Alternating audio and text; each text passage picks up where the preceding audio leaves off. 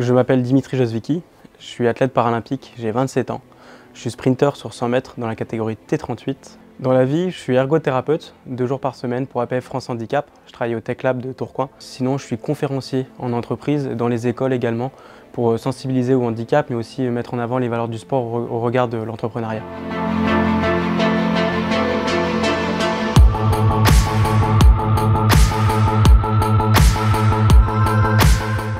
J'ai découvert la pratique sportive plus jeune, aux alentours de 7-8 ans, par le football avec mon frère jumeau Rémi qui lui n'a pas de handicap, et puis on s'est orienté assez rapidement à nos 9-10 ans vers le rugby. Quand on a découvert ma pathologie qui est une tétraparésie, une paralysie partielle des 4 membres, on a dû malheureusement arrêter le rugby.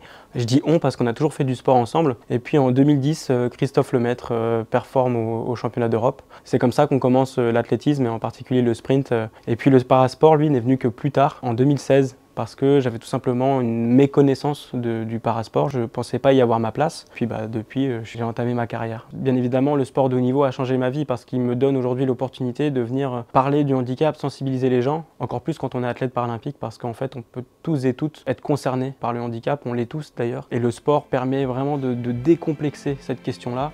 Parce que, encore une fois, elle met le mot performance à côté du mot handicap et ça permet de changer complètement le regard qu'on a dessus.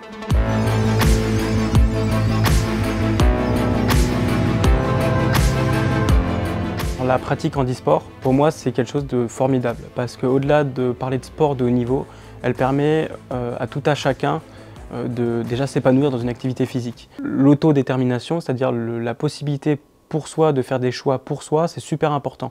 Et quand on est en situation de handicap, on a souvent tendance à s'entendre dire qu'on ne peut pas faire tel sport, ou c'est dangereux, ou attention.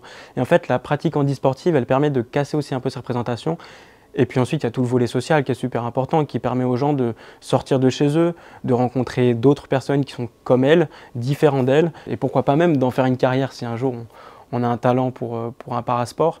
C'est super important en fait que les gens sachent que c'est possible, que ça existe, il faut juste le savoir. Il existe différents outils pour savoir si vous êtes éligible ou non à la pratique parasportive.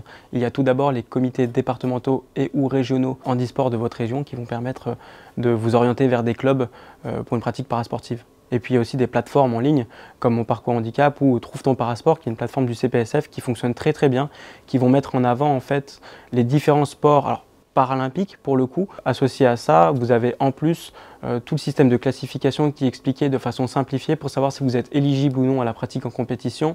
Et donc ça permet comme ça en fait de s'orienter. Quelques clics peuvent littéralement changer votre vie si un jour vous découvrez une passion et pourquoi pas même un sport dans lequel vous êtes excellent.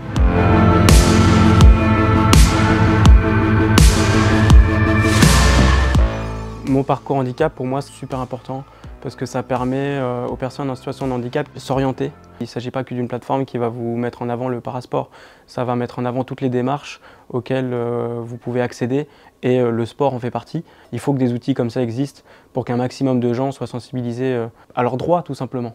En fait, la question du handicap, c'est une question qui est quotidienne et qui nous concerne tous. Aujourd'hui, 15% de la population mondiale est en situation de handicap. Dans un monde qui se veut de plus en plus altruiste, avec de plus en plus de liberté, on ne peut pas se permettre de mettre de côté les personnes en situation de handicap. Donc l'inclusion, elle commence par le regard que vous portez sur le handicap.